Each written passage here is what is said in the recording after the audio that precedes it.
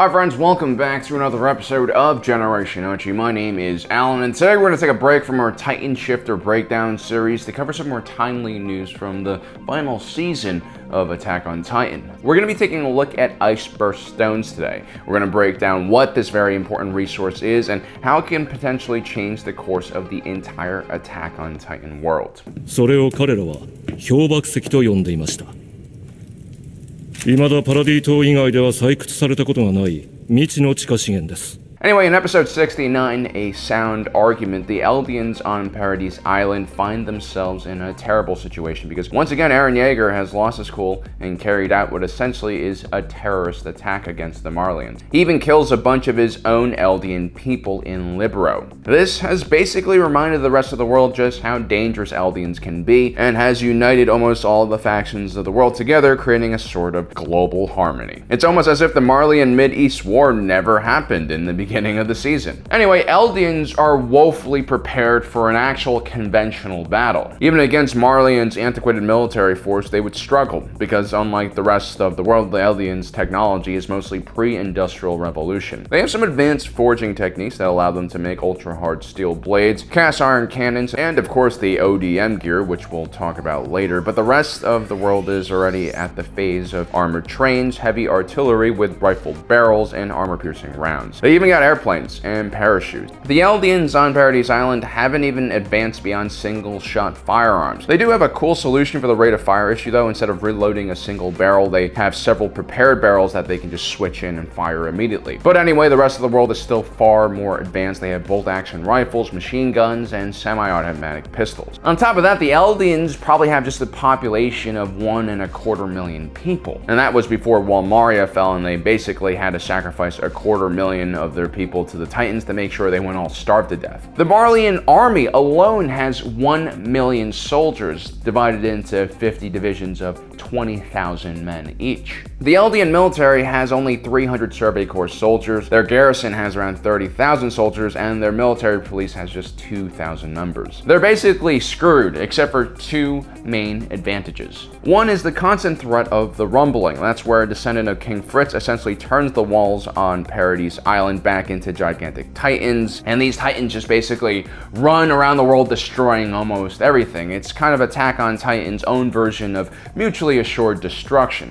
Kind of creative. The other thing that Eldians have are those Iceburst Stones. You see, while the entire world has united against the Eldians, Paradis Island still has one old ally, the Hizuru. This is the Asian race that Mikasa belongs to. Long ago, the Hizuru Shogun and the Eldian King were great allies. They were such great allies that the Shogun left some of his descendants on Paradis Island, and Mikasa is basically the last surviving member of that clan. The Hizuru make a pretty big hoo-ha about this and explain that Mikasa is basically royalty at this point. But what the Hizuru are actually really after are those Iceburst Stones. Now, a lot of you probably wondered, how does ODM gear work? How can such a small little device produce so much thrust and send people flying into the air? There are plenty of articles and YouTube videos breaking it down on the internet, and most people agree that the ODM gear doesn't make too much sense. For one, the ODM gear's center of gravity isn't exactly high enough on a person's body, especially when you have to rapidly change directions back and forth. But more importantly, the ODM gear's canisters just seem to be too small to be able to hold enough pressurized gas to actually propel a person forward. It's almost as if they needed some kind of magical energy source. Well, we've seen scouts refill their ODM gear from large canisters before. Inside of those canisters are these Iceburst Stones in gas form.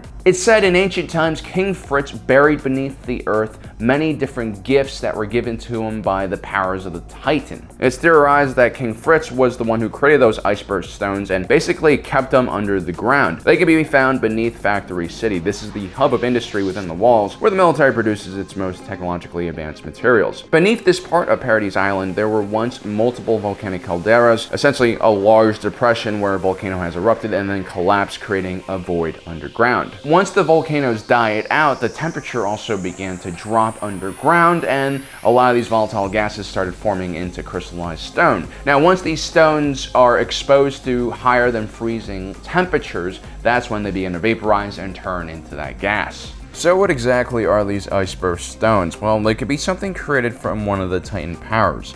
still know relatively little about what the founding Titan was capable of, and we know even less about what King Fritz was capable of with that power. I'm sure knowledge of the various powers and capabilities of the founding Titan have been lost over the years, but if we look at Titans like the Colossal, which can literally set off a nuclear bomb-like explosion, or the Warhammer Titan, which can form hardened crystals into any shape or form she wants, it doesn't seem that ridiculous to believe that King Fritz could create something like the Iceburst Stones. Then there's the whole mystery of the Titans themselves. As we mentioned in our previous video on Generation Films, they're far too large to be able to move as fast as they do. And what's even stranger is that they don't seem to need anything but sunlight to keep them powered. So it's possible that there's some unknown power we just don't know about that the founding Titan used to create a super dense and energy-rich type of gas. This gas was so powerful that once compressed into a canister, like what we see in the ODM gear, it's able to propel a full-grown human being. お前ら、図体ばかりでかくなりやがって。 Then there's the other possibility that, like a lot of things, the people on Paradis Island are told this whole story about King Fritz creating the Iceburst Stones is just a load of propaganda nonsense. It's very possible that these Iceburst Stones just formed naturally beneath the ground.